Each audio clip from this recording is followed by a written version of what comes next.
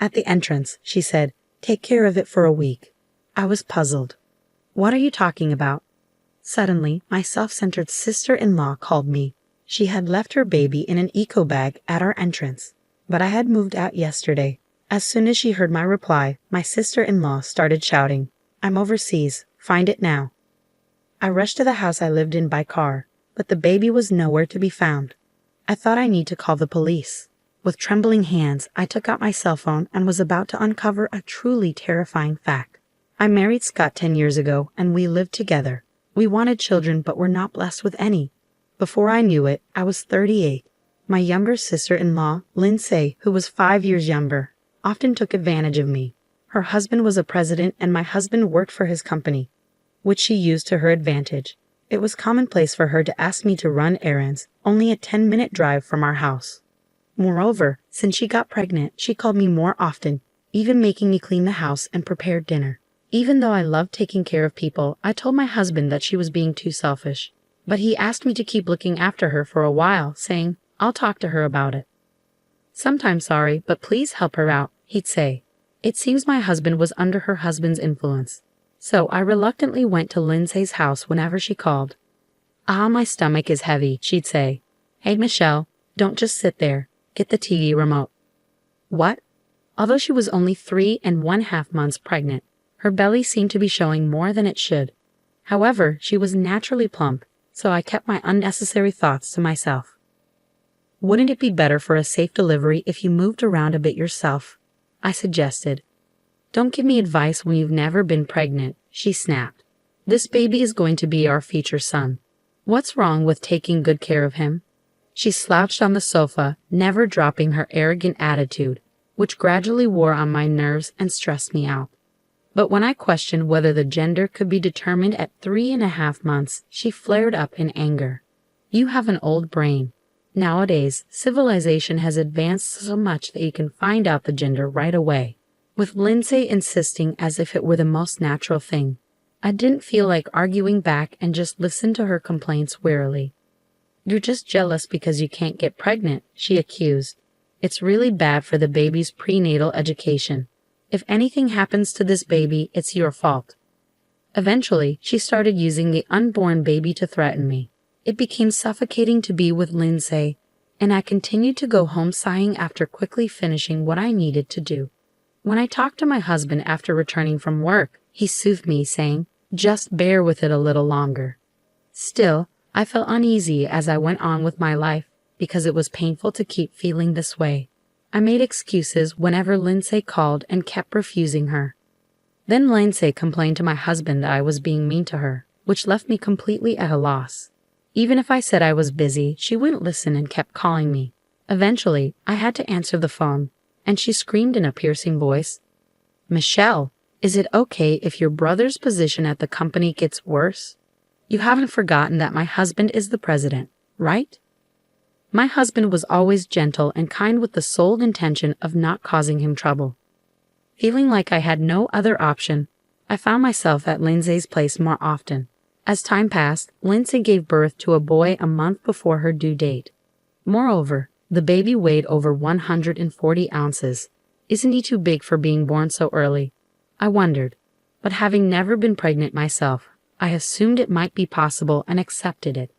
Lindsay named the child Chris, and predictably, after her discharge, she called me to take care of the baby. Think of it as practice for when you have your own. Fulfill your duty as a nanny. You might not even get the chance to have one, she remarked. Despite my annoyance with Lindsay, I visited her home every time she called, thinking she must be struggling after just giving birth. Plus, the baby was just too adorable. "Chris, you're such a good boy. Grow up healthy," I'd coo. Changing diapers for the first time and bathing him, none of it felt like a burden when I saw his face. However, 3 months passed and Lindsay started dropping the baby off at my house more frequently. "What's going on?" "You're all dressed up," I questioned her once. "I have a dinner with people related to my husband's work. I have to go with him, so you take care of Chris," she replied.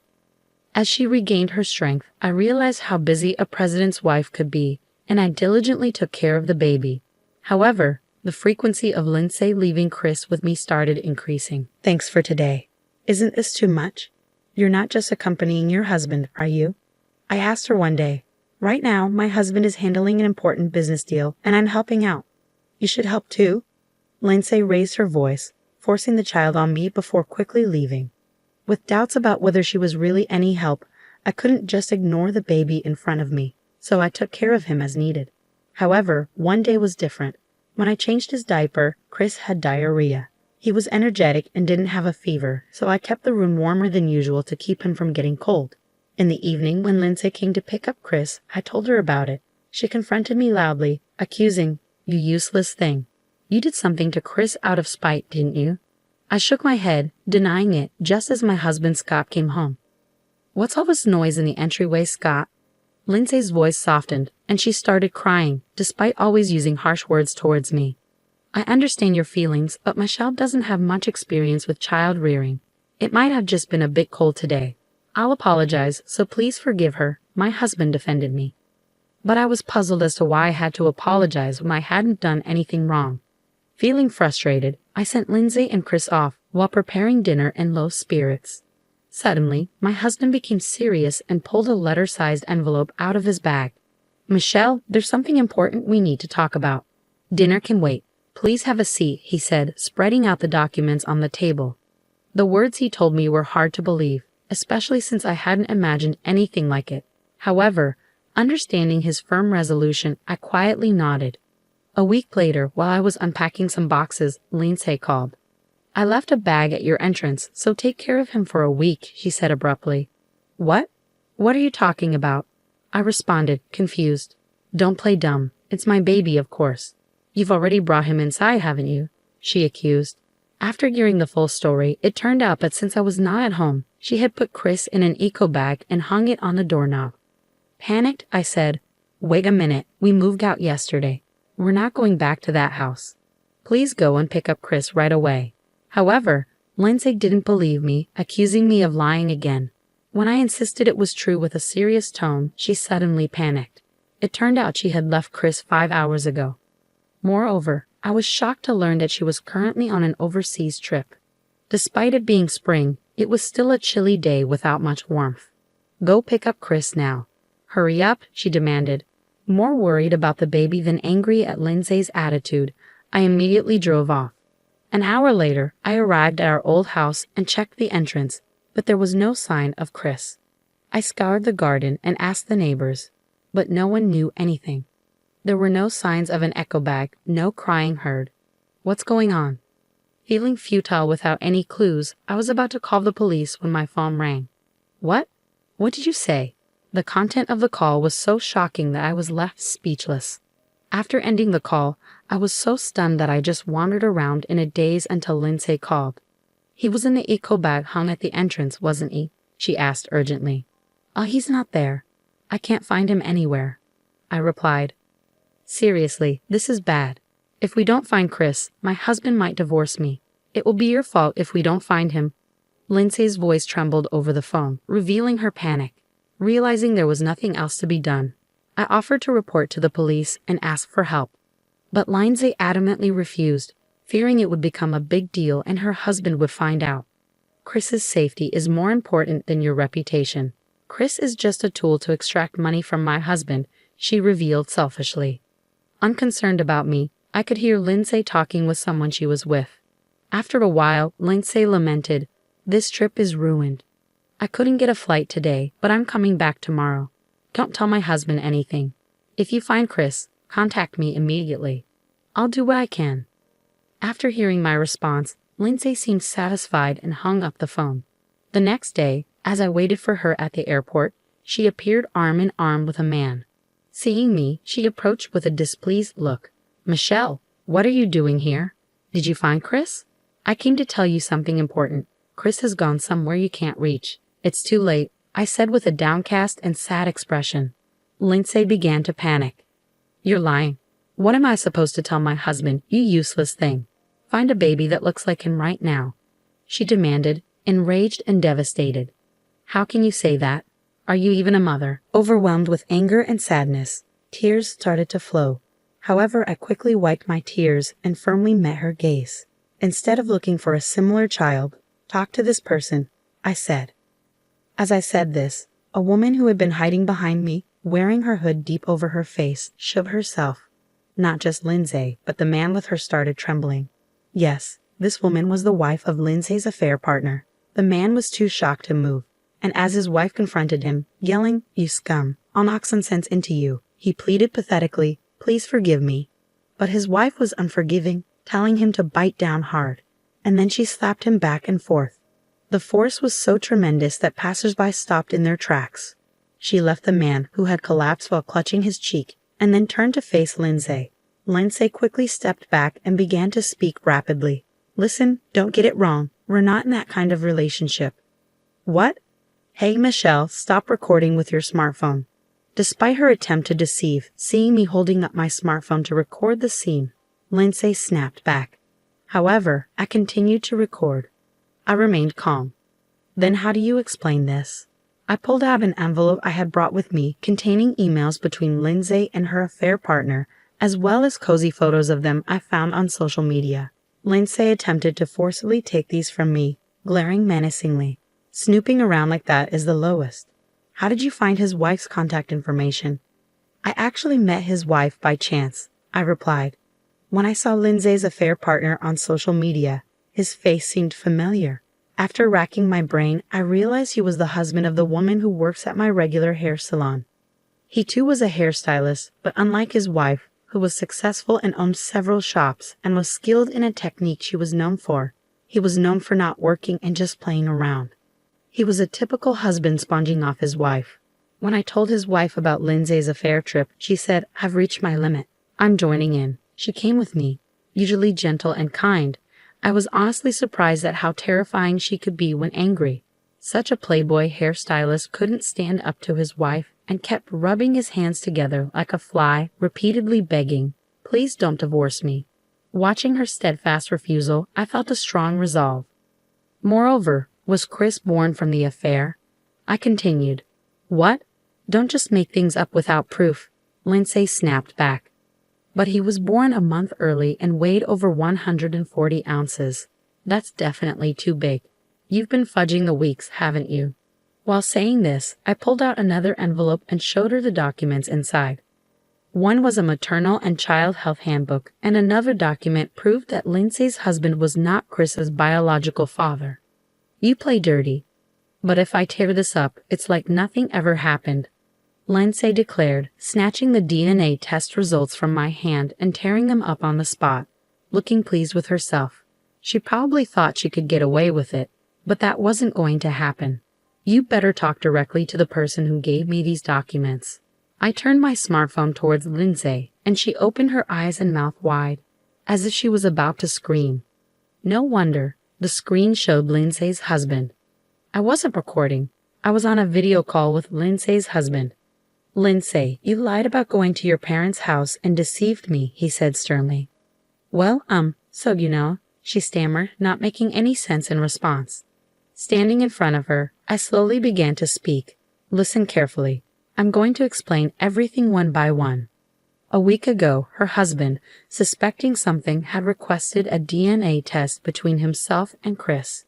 After finding emails between Lindsay and her lover at the same time, he lied about going on a business trip for a week to monitor her actions. Lindsay, not knowing this, immediately contacted her lover by email and booked an overseas trip online in a rush. She didn't even think to clear her browsing history on the day of the trip. After placing Chris in an eco bag and hanging it at the entrance of the house I was living in, Lindsay skipped off to the station, humming a tune. Her husband followed her and took care of Chris. If he had been left at the entrance for over 5 hours, who knows what could have happened. "So Chris is alive?" Lindsay's husband asked. "Yes, he's with me now." The call I was about to make to the police when I couldn't find Chris was from Lindsay's husband, I explained. Surprised but eager to understand the situation fully, I immediately went to his house. Chris was full of energy, flapping his arms and legs as he played with a rattle. While hearing about the past events, I remembered that despite being born a month early, he weighed over 140 ounces. At the time, I reluctantly accepted it, but I indeed thought it was strange. With Lindsay's husband's permission, I searched through Lindsay's belongings and found her maternal and child health handbook. Looking at its contents, I began to piece together the truth. I discovered that Lindsay had falsified the baby's weeks. Why did Lindsay do such a thing? Looking back at the actual timing of her pregnancy, it was exactly when her husband was away on a long business trip for about 2 months. Therefore, it was impossible for him to be the father of the baby. Realizing that she was pregnant with her lover's child, Lindsay thought she could deceive everyone by fudging the birth month, especially since the baby turned out to be an unexpectedly big baby. That's when I became suspicious. Then the lover, now exposed even about the child, began apologizing profusely to his wife. However, his wife coldly said, "You'll have to live on your own strength from now on," and slammed a divorce paper down on the spot as she kicked her crying husband and walked away. There was a refreshing certainty in her stride. Meanwhile, Lindsay's husband did not remain silent. "Of course I'm divorcing you. Go be with that man," he declared. "No, I just liked his face. He has no money. You were with me just for the money, right?" Caught in the truth, Lindsay choked up. "You said Chris was just a means to get money from your husband." "Don't spout nonsense," her husband retorted. I had recorded everything to prevent Lindsay from denying it later. Lindsay's husband had been silently listening to our conversation until then, his face flushed with deep furrows between his brows. Confronted with the unexpected truth, Lindsay seemed to tremble slightly, but then, as if remembering something, she peered into her smartphone screen. "If Chris is okay, then it's all good, right? Besides, even if we're not related by blood, I gave birth to him. So he's as good as your child," Lindsay argued, looking smug. Both Lindsay's husband and I inadvertently exclaimed, "What?" at her pathetically selfish justification. "This is the end." Lindsay's husband abruptly hung up the phone. "What are you going to do about this? I did everything you told me to do, didn't I? Didn't you like it?" Lindsay tried to call her husband from her smartphone, but he had blocked her calls. "More importantly, Lindsay, did you know that leaving Chris in an eco bag and going out is a crime?" I asked, shaking my head vigorously. I showed her what kind of crime was on my smartphone screen, and she suddenly began to tremble and collapse on the spot. "Lindsay, this is goodbye for us." "Farewell," I said coldly. After giving her a cold look, I walked away, feeling a chill.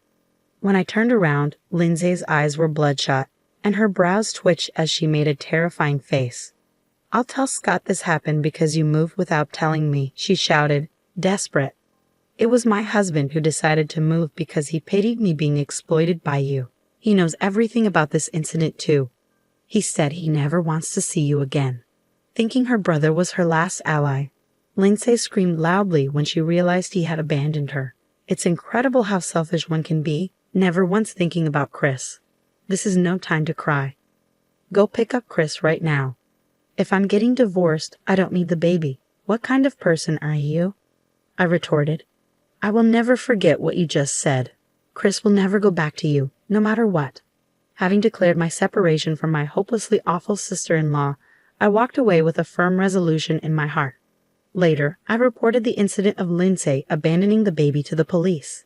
Even though he was quickly protected, the act was deemed too cruel, and Lindsay was severely reprimanded by the police. Lindsay ended up being divorced by her husband and disowned by her own family, becoming utterly alone. She was sued by her ex-husband for child abandonment and tricking her child's father, demanding $30,000. She and her lover had to borrow money to pay the settlement, and because they borrowed from a dubious company, she ended up working in a shady place to repay the debt. My resolution was to raise Chris as my own child. When I told this to my husband, he happily agreed.